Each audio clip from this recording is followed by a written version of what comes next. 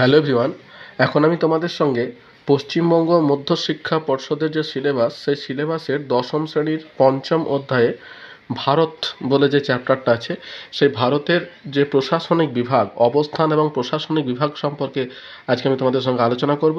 তো দেখো, এই আলোচনাটা শুনলে তোমাদের এই বিভাগ সম্পর্কে কি কি পড়তে হবে, কি কি ইম্পর্টেন্ট প্রশ্ন আছে, সমস্ত ধারণা কিন্তু তোমাদের ক্লিয়ার হয়ে যাবে। তো তোমরা একটু মন দিয়ে শোনো, দেখো ভালো লাগবে। তো দেখো, এই চ্যাপ্টারটিতে তোমাদের প্রথম কিছু কিছু প্রশ্ন যেগুলো করতে হবে আমি পরপর লিখে রেখেছি। তোমরা এই আলোচনাটা শোনো, তাহলেই কিন্তু তোমাদের ভালো লাগবে বা তোমাদের কাজে লাগবে।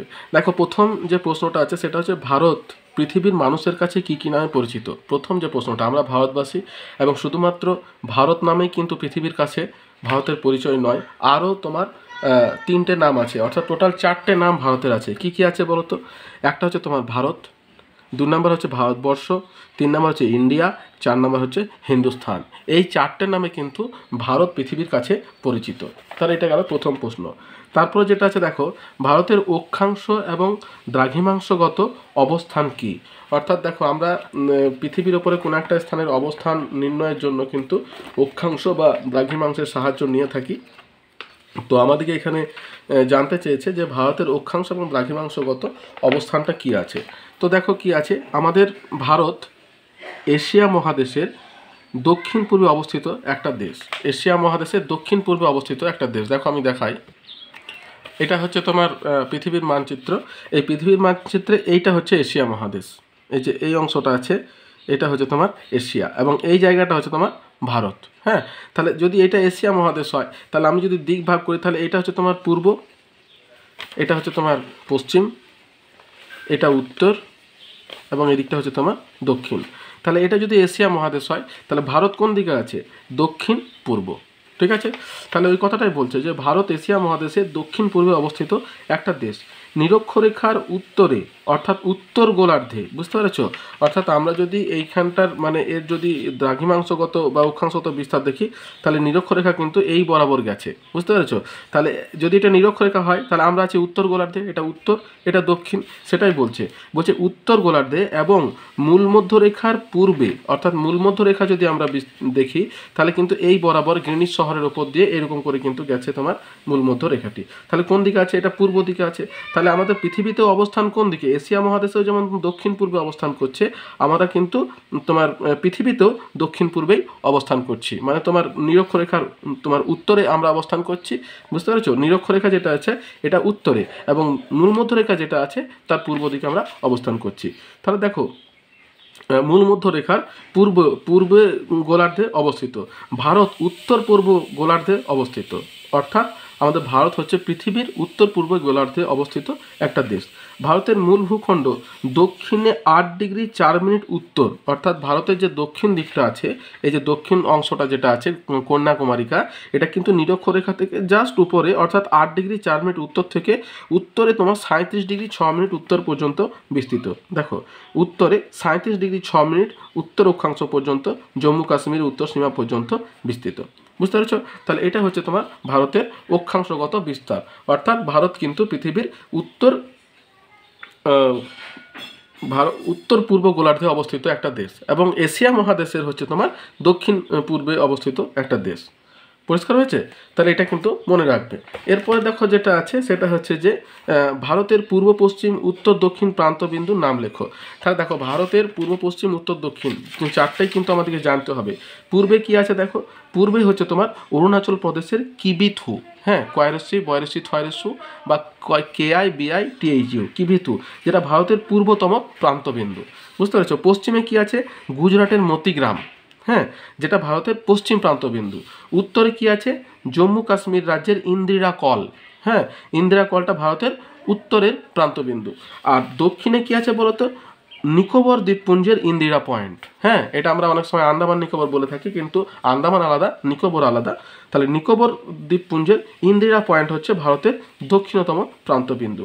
ঠিক আছে? তাহলে পূর্ব পশ্চিম উত্তর দক্ষিণ এই চারটে বুঝতে পারলে। কিন্তু এর সঙ্গে আরও একটা প্রশ্ন আছে, সেটা হচ্ছে যে মূল ভূখণ্ডের দক্ষিণতম বিন্দু কি? তখন কিন্তু হবে তোমার কন্যাকুমারিকা। বুঝতে পেরেছো? তখন কিন্তু তোমার ইন্দিরা পয়েন্ট হবে না। দুটো প্রশ্ন আছে, বলে ভারতের দক্ষিণতম বিন্দু কি, তখন কিন্তু হবে তোমার ইন্দিরা পয়েন্ট। যেটা তোমার নিকোবর দ্বীপপুঞ্জে অবস্থিত। কিন্তু যদি বলে যে মূল ভূখণ্ডের দক্ষিণতম বিন্দু, তখন কিন্তু হবে তোমার কন্যাকুমারিকা। বুঝতে পেরেছ? আর উত্তরে যেটা আছে সেটা তো ইন্দিরা কল, এটা ঠিকই আছে, জম্মু কাশ্মীর। আর পূর্ব পশ্চিম তো বললাম, পূর্বে হচ্ছে তোমার কিবিথু, পশ্চিমে হচ্ছে তোমার মতিগ্রাম। পরিষ্কার হয়েছে? তাহলে এটা গেল তোমার পূর্ব মূল ভূখণ্ডের, ভারতের মূল ভূখণ্ডের। দেখো এই প্রশ্নটাই আমি বলে দিলাম আগে, যে মূল ভূখণ্ডের দক্ষিণতম বিন্দুর নাম হচ্ছে তোমার কন্যাকুমারিকা। এরপর দেখো ভারতের আয়তন ও পূর্ব পশ্চিম উত্তর দক্ষিণের বিস্তার লেখো। ভারতের আয়তন এবং পূর্ব পশ্চিম উত্তর দক্ষিণের বিস্তার, অর্থাৎ দেখো মূল ভূখণ্ডের যে আয়তন আমাদের, সেটা হচ্ছে তোমার 32,87,263 বর্গ কিলোমিটার। এটা কিন্তু মনে রাখার কোনো উপায় নেই, এটা তোমাকে মুখস্থই করতে হবে। 32,87,263 বর্গ কিলোমিটার। এবার দেখো এখানে পূর্ব পশ্চিম উত্তর দক্ষিণের যে বিস্তার, সেটা আমি তোমাদের বলি। ধরে নাও যে দুটোই হচ্ছে তোমার ওই 3,000 কিলোমিটার, পূর্ব পশ্চিম উত্তর দক্ষিণ। তাহলে 3,000 তো কিলোমিটার যদি হয়, তাহলে তো তোমার দুদিকে বিস্তার সমান হয়, কিন্তু তা নয়, আমাদের ভারতের উত্তর দক্ষিণের বিস্তারটা একটু বেশি। তাহলে কতটা বেশি? তাহলে 3,000 থেকে 200 কিলোমিটার বেশি, অর্থাৎ 3,200 কিলোমিটার হচ্ছে তোমার উত্তর দক্ষিণের বিস্তার। অর্থাৎ এই যে তোমার বিস্তারটা আছে, সরি, এই যে বিস্তারটা আছে তোমার, এই বিস্তারটা হচ্ছে তোমার 3,200 কিলোমিটার। এই যে উত্তর দক্ষিণে, এই উত্তর দক্ষিণে যে বিস্তারটা আছে, এটা হচ্ছে তোমার 3,200 কিলোমিটার। আর পূর্ব পশ্চিমে যেটা আছে সেটা 3,000 থেকে 100 কম, অর্থাৎ 2,900 কিলোমিটার।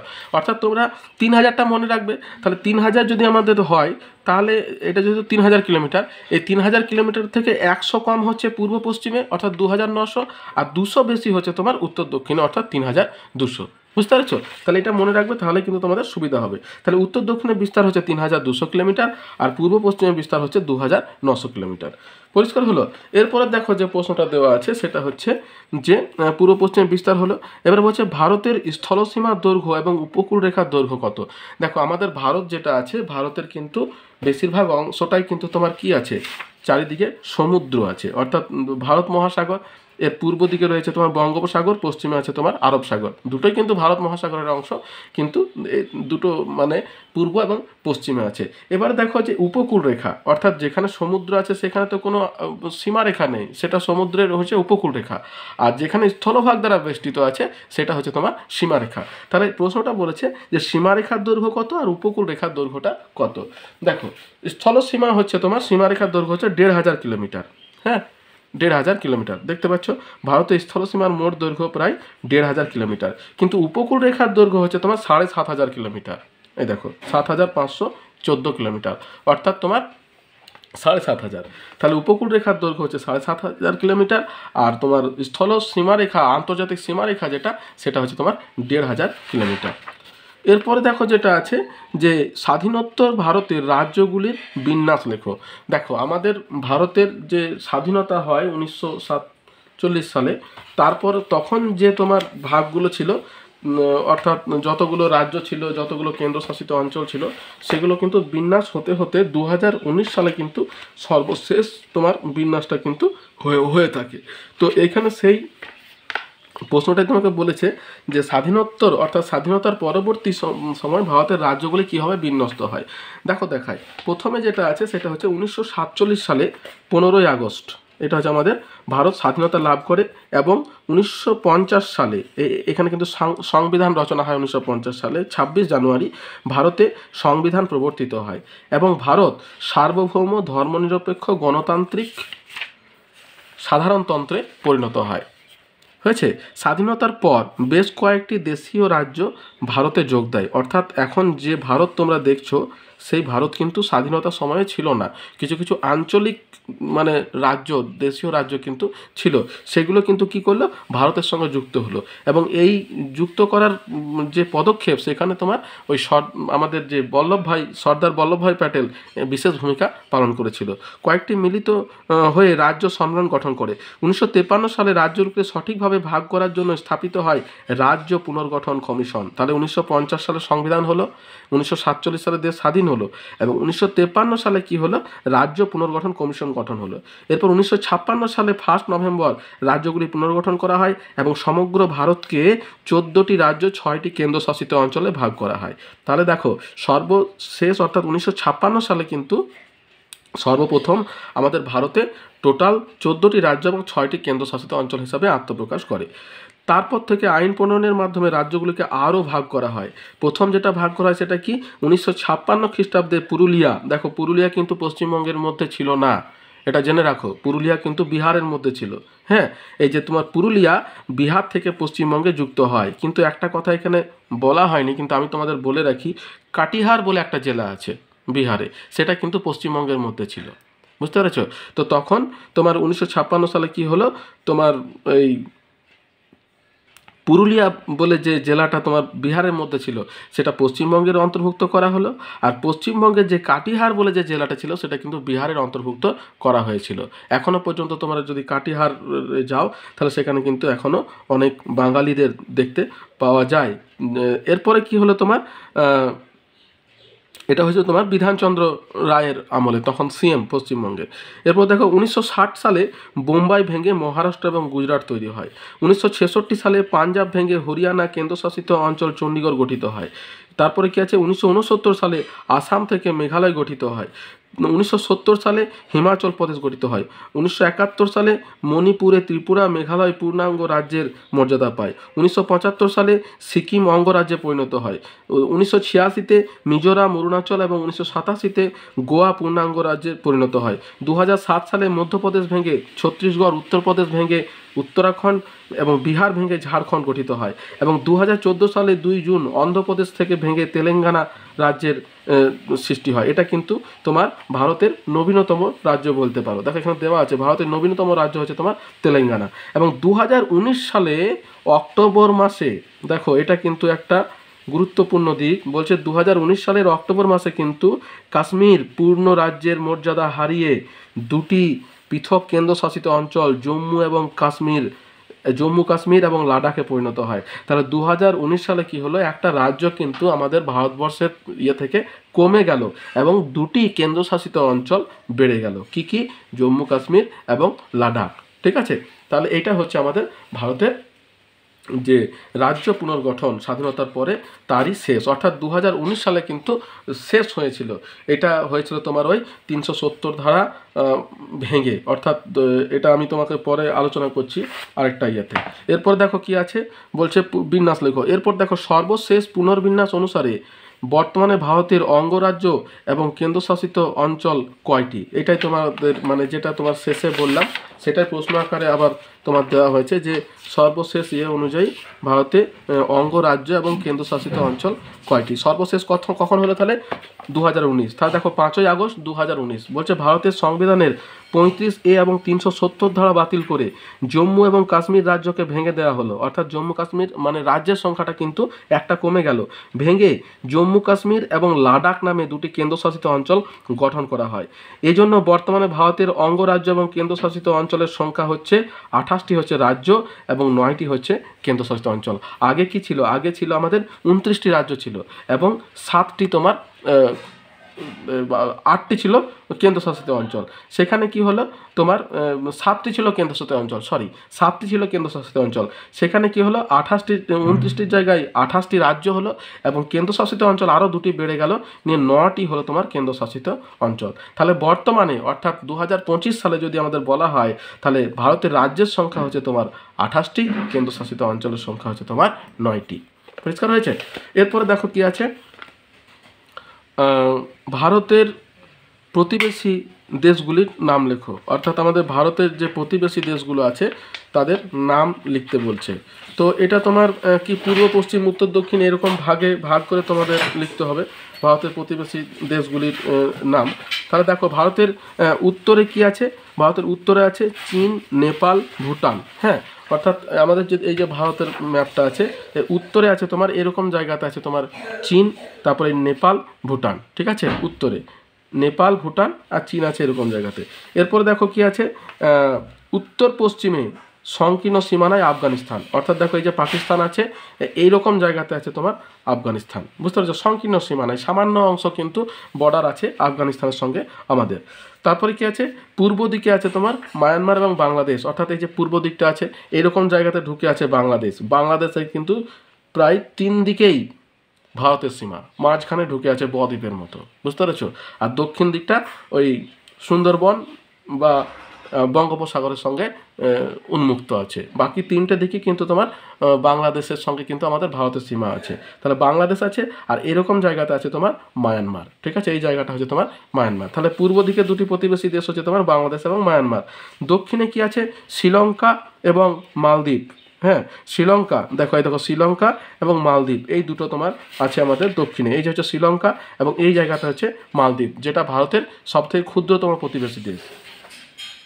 তাহলে এটা হয়ে গেল। এবং তাহলে চারটে সীমা হয়ে গেল, উত্তর, দক্ষিণ, পূর্ব, পশ্চিম। হয়েছে। এরপরে কি আছে দেখো, পরের প্রশ্ন আছে প্রতিবেশী। এবারে দেখো ভারতের রাজ্য পুনর্গঠনের ভিত্তিগুলি কী কী ছিল। অর্থাৎ দেখো সময়ের সঙ্গে সঙ্গে আমি তোমাদের যখন আলোচনা করলাম তখন দেখালাম যে সময়ের সঙ্গে সঙ্গে বিভিন্ন প্রয়োজনে কিন্তু রাজ্যগুলোকে পুনর্গঠন করা হয়েছিল। প্রথম যেটা হয়েছিল সেটা ভাষার ভিত্তিতে, তারপরে ধরো আস্তে আস্তে কী হলো, বিভিন্ন ভিত্তিতে ভাগ করা হয়েছিল। প্রথম দেখো ভাষা, হ্যাঁ, যেসব বিষয়ের উপর জোর দেওয়া হয়, প্রথম হচ্ছে ভাষা, তারপর হচ্ছে সাংস্কৃতিক সাযুজ্য, তারপর হচ্ছে প্রশাসনিক দক্ষতা, নেক্সট হচ্ছে তোমার অর্থনৈতিক উন্নয়ন, 5 নম্বর হচ্ছে প্রাকৃতিক পরিবেশের সাদৃশ্য, 6 নম্বর হচ্ছে আঞ্চলিক নিরাপত্তা, 7 নম্বর হচ্ছে অর্থনৈতিক এবং সামাজিক বৈশিষ্ট্য প্রভৃতি। অর্থাৎ এখানেই শেষ নয়, আরও কিন্তু কিছু বেসিস আছে যেগুলোর বেসিসে কিন্তু রাজ্যগুলোকে পুনর্গঠন করা হয়েছে সময়ের সঙ্গে সঙ্গে প্রয়োজনীয়তার সাপেক্ষে। তারপরে দেখো কি আছে, অরুণাচল প্রদেশ এবং মেঘালয় রাজ্য দুটির এরূপ নামকরণের কারণ কি। দেখো এই প্রশ্নটা কিন্তু খুব বেশি গুরুত্বপূর্ণ না হলেও আমার মনে হয়েছে, তাই আমি এখানে তোমাদের সঙ্গে আলোচনা করছি। অরুণাচল কিন্তু একেবারে পূর্ব প্রান্তে অবস্থিত, বুঝতে পেরেছো। আমি অরুণাচল প্রদেশ ভারতের একেবারে পূর্ব প্রান্তে, নেফা বা নর্থ ইস্ট ফ্রন্টিয়ার এজেন্সি নামে আগে যে এলাকাটি ছিল এখন সেটি অরুণাচল প্রদেশ নামে পরিচিত। বলছে নামকরণের কারণ কি, বলছে দেশের একেবারে পূর্ব প্রান্তে অবস্থিত বলে পর্বতময় এই রাজ্যটি থেকেই দেশের প্রথম অরুণ বা সূর্যের দেখা মেলে। বুঝতে পারছো, আমাদের ভারত কিন্তু কোন গোলার্ধে অবস্থিত? পূর্ব গোলার্ধে অবস্থিত। ও দক্ষিণ গোলার্ধে, উত্তর গোলার্ধে এবং পূর্ব গোলার্ধে, অর্থাৎ উত্তর পূর্ব গোলার্ধে অবস্থিত। এবং দেখা যাচ্ছে যে যখন সকালে সূর্যোদয় হয় সেই সূর্যোদয় কিন্তু প্রথম কিন্তু অরুণাচল প্রদেশেই হয়ে থাকে, ভারতের সব থেকে পূর্বে অবস্থিত অরুণাচল। তো বলছে কি অরুণ বা সূর্যের দেখা মেলে, এই জন্যই রাজ্যটির নাম হয়েছে অরুণাচল। পরিষ্কার হয়েছে। আর মেঘালয়টা কি? মেঘালয় মানে হচ্ছে মেঘের আলয়, মেঘ প্লাস ঘর, মেঘেদের ঘর। বলছে মেঘালয় কি? আসামের খাসি জয়ন্তিয়া পার্বত্য জেলা এবং গারো পার্বত্য জেলা নিয়ে 1970 সালের 2 এপ্রিল যে নতুন কেন্দ্রশাসিত অঞ্চলটি গঠিত হয়, প্রখ্যাত ভূগোলবিদ ডক্টর এস.পি. চ্যাটার্জি তার নামকরণ করেন মেঘালয়। 1972 সালের 21 জানুয়ারি মেঘালয় পূর্ণাঙ্গ রাজ্যের মর্যাদা লাভ করে। নামকরণের কারণ কি? বছরের অধিকাংশ সময় এখানকার আকাশ মেঘে ঢাকা থাকে বলে এলাকাটির নাম হচ্ছে মেঘালয়, মেঘেদের দেশ। ঠিক আছে, তাহলে এটা গেল অরুণাচল এবং মেঘালয়। নেক্সট কি আছে দেখো, নেক্সট হচ্ছে ভারতীয় উপমহাদেশ বলতে কি বোঝো। দেখো ভারতীয় উপমহাদেশ, এই যে তোমার দেখাই আমি তোমাদের ভারতীয় উপমহাদেশ, এই দেখো যে কতগুলো প্রতিবেশী রাজ্য আছে, যে 6টি প্রতিবেশী রাজ্য আছে, ভারত এবং তার 6টি প্রতিবেশী দেশ নিয়ে গঠিত হচ্ছে ভারতীয় উপমহাদেশ। 6টি কী কী? প্রথম হচ্ছে তোমার পাকিস্তান, ঠিক আছে, 2 নম্বর হচ্ছে নেপাল, 3 নম্বর হচ্ছে ভুটান, 4 নম্বর হচ্ছে তোমার বাংলাদেশ, 5 নম্বর হচ্ছে তোমার শ্রীলঙ্কা এবং 6 নম্বর হচ্ছে তোমার মালদ্বীপ। তাহলে আমাদের যে প্রতিবেশী দেশগুলো আছে সেখান থেকে বাদ কে গেল? এক হচ্ছে চীন আর 1 নম্বর গেল তোমার আফগানিস্তান। এই চীন এবং আফগানিস্তানকে বাদ দিয়ে যতগুলো তোমার দেশ আছে, তোমার 6টা দেশ, ভারত ছাড়া 6টা, ভারতকে নিয়ে 7টা, এই দেশগুলো সবকে নিয়ে হচ্ছে তোমার আমাদের ভারতীয় উপমহাদেশ। বুঝতে পেরেছো? দেখো কি বলছে, উপমহাদেশ বলছে ভারত, পাকিস্তান, বাংলাদেশ, নেপাল, ভুটান, শ্রীলঙ্কা এবং মালদ্বীপ, এই 7টি দেশের মধ্যে প্রাকৃতিক এবং সাংস্কৃতিক যোগসূত্র এত বেশি যে এই 7টি দেশকে একসঙ্গে ভারতীয় উপমহাদেশ বলা হয়। তাহলে ভারত এবং ভারতীয় উপমহাদেশ দুটো কিন্তু আলাদা। এরপরে এর গুরুত্ব কি? বলছে এই দেশগুলির ভারতের আয়তন এবং জনসংখ্যা সবচেয়ে বেশি এবং অবস্থান অনুযায়ী এশিয়ার এই দেশগুলির পরিপ্রেক্ষিতে ভারতের অবস্থান প্রায় কেন্দ্রীয় এবং মধ্যবর্তী। স্বভাবতই গোটা অঞ্চলটির অন্যতম প্রধান চালিকা শক্তি হয়েছে ভারত। এই কারণে অঞ্চলটির ভারতীয় উপমহাদেশ নামকরণ আরও অর্থবহ হয়েছে। বুঝতে পারছো? অর্থ হচ্ছে যেহেতু এইগুলো সবই তো দেশ, প্রায় 7টি যে দেশের কথা আছে সবগুলোই কিন্তু এক একটা দেশ, কিন্তু কি ভারত তার মাঝে আছে, বড় দেশ এবং চালিকা শক্তি হিসাবে কাজ করছে, যার জন্য এটার নাম হয়েছে তোমার ভারতীয় উপমহাদেশ। তাহলে আমাদের প্রতিবেশী যে দেশগুলো আছে তার মধ্যে থেকে দুটো নাম বাদ যাবে, একটা হচ্ছে আফগানিস্তান, একটা হচ্ছে চীন। ঠিক আছে, অর্থাৎ টোটাল আমাদের প্রতিবেশী দেশ হচ্ছে 8টা, কিন্তু ভারতীয় উপমহাদেশ তোমার গঠিত হচ্ছে তোমার 6টাকে নিয়ে।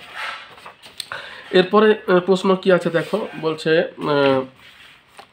পুনর্গঠনের ভিত্তি কী ছিল, মেঘালয় ভারতীয় উপমহাদেশ। এরপর দেখো সার্ক, সার্কটা কি?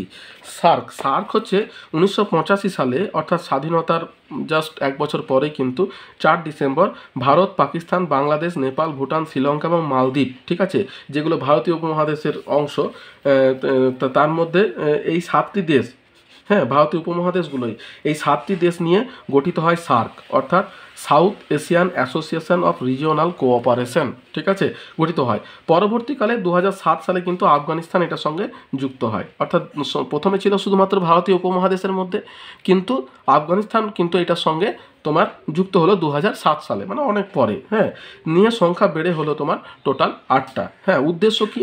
উদ্দেশ্য হচ্ছে প্রদত্ত দেশগুলির মধ্যে রাজনৈতিক, অর্থনৈতিক, শিক্ষা, সংস্কৃতি, বিজ্ঞান, প্রযুক্তি, খেলাধুলা ইত্যাদি বিষয় সংক্রান্ত সহযোগিতার আদান প্রদানের জন্য সংস্থাটি গঠিত হয়, অর্থাৎ নিজেদের কোঅপারেশনের জন্য এটা কিন্তু তোমার সার্ক গঠিত হয়। বুঝতে পেরেছ? এর সদর দপ্তর কোথায়? সার্কের সদর দপ্তর হচ্ছে নেপালের রাজধানী কাঠমান্ডুতে। হ্যাঁ, এটা কিন্তু ভারতে নেই, কাঠমান্ডুতে আছে কিন্তু এদের সদর দপ্তর সার্কের। নেক্সট প্রশ্ন কি আছে দেখো, বলছে আয়তন অনুসারে ভারতের বৃহত্তম এবং ক্ষুদ্রতম কেন্দ্রশাসিত অঞ্চলের নাম লেখো। তাহলে সব থেকে বড় এবং সব থেকে ছোট কেন্দ্রশাসিত অঞ্চলের নাম এখানে তোমাদের জানতে হবে। আমাদের টোটাল কেন্দ্রশাসিত অঞ্চলের সংখ্যা কয়টি? 9টি, ঠিক আছে। সব থেকে বড় হচ্ছে তোমার জম্মু কাশ্মীর এবং সব থেকে ছোট হচ্ছে লাক্ষাদ্বীপ। বুঝতে পেরেছো? সব থেকে বড় জম্মু কাশ্মীর এবং সব থেকে ছোট হচ্ছে তোমার লাক্ষাদ্বীপ। নেক্সট কি আছে দেখো, ভারতের সর্ববৃহৎ এবং সর্বাপেক্ষা ছোট প্রতিবেশী দেশের নাম লেখো। তাহলে সর্ববৃহৎ হচ্ছে তোমার চায়না আর সব থেকে ছোট হচ্ছে মালদ্বীপ। দেখো, সর্ববৃহৎ এবং সব থেকে ছোট ভারতের দুটি প্রতিবেশী, সর্ববৃহৎ এবং কেন্দ্রশাসিত অঞ্চল ভারতের, এই দেখো প্রতিবেশী দেশ, ভারতের সর্ববৃহৎ প্রতিবেশী দেশ হচ্ছে চীন এবং সব থেকে ছোট হচ্ছে তোমার মালদ্বীপ। নেক্সট কি আছে? নেক্সট আছে তোমার প্রতিবেশী দেশ, তারপর হচ্ছে McMahon line, red cliff line এবং ডুরান্ড লাইন কি?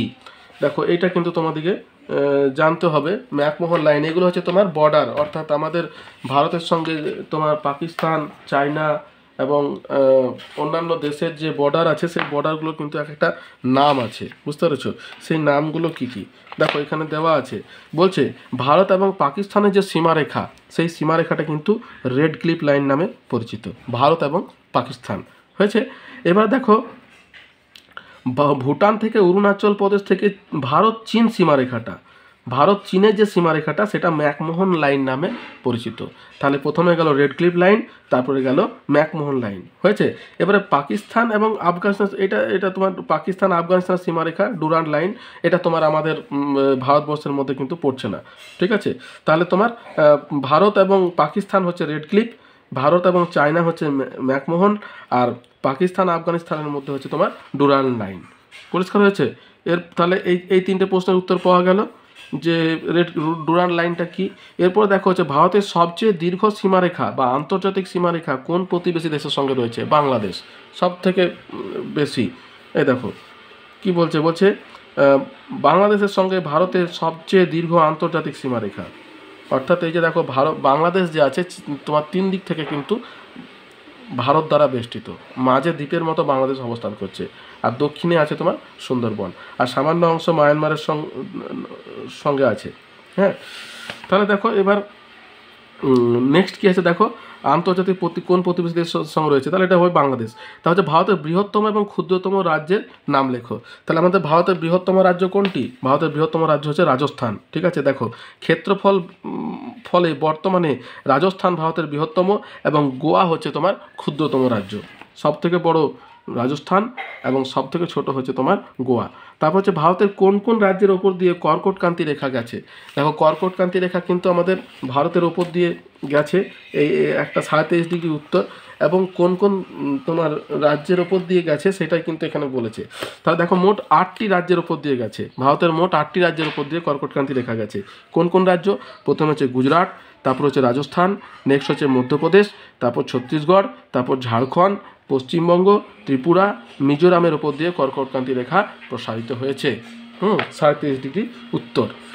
তারপর দেখো কি আছে, ভারতের কোন কেন্দ্রশাসিত অঞ্চল দুটি রাজ্যের রাজধানী হিসাবে পরিচিত? ভারতের কোন? চণ্ডীগড়। ঠিক আছে, চণ্ডীগড়টা পাঞ্জাব এবং হরিয়ানা দুটো রাজ্যের কেন্দ্রশাসিত রাজধানী। দেখো ভারতের কেন্দ্রশাসিত অঞ্চল চণ্ডীগড়। চণ্ডীগড়টা তোমার পাঞ্জাব এবং হরিয়ানা দুটো রাজ্যের রাজধানী হিসাবে পরিচিত। পরিষ্কার হয়েছে? তাহলে দেখো এই কতগুলো প্রশ্ন তোমরা করবে বা মনে রাখবে। তা আরও অনেক বেশি প্রশ্ন আছে, কিন্তু মোটামুটি এই একটা ধারণা আমি তোমাদের দেওয়ার চেষ্টা করলাম। যদি আমার ভিডিওটা তোমাদের ভালো লেগে থাকে তাহলে একটা লাইক দিও, আর বন্ধুদের সঙ্গে শেয়ার করো, যাতে তারাও তোমার এটা দেখে নিজেদের সমৃদ্ধ হতে পারে। আর তোমার সাবস্ক্রাইব করে রাখো, তাতে কী হবে, আমি যখনই কোনো ভিডিও দেবো তখন তার লিঙ্ক তোমাদের কাছে পৌঁছে যাবে। আর যদি কোনো প্রশ্ন থাকে আমাকে কমেন্ট বক্সে কমেন্ট করো, আমি তোমাদের প্রশ্নের উত্তর দেওয়ার চেষ্টা করব। তাহলে এত দূর পর্যন্তই, দেখা হচ্ছে পরের ভিডিওতে। ভালো থেকো, সুস্থ থেকো, ধন্যবাদ।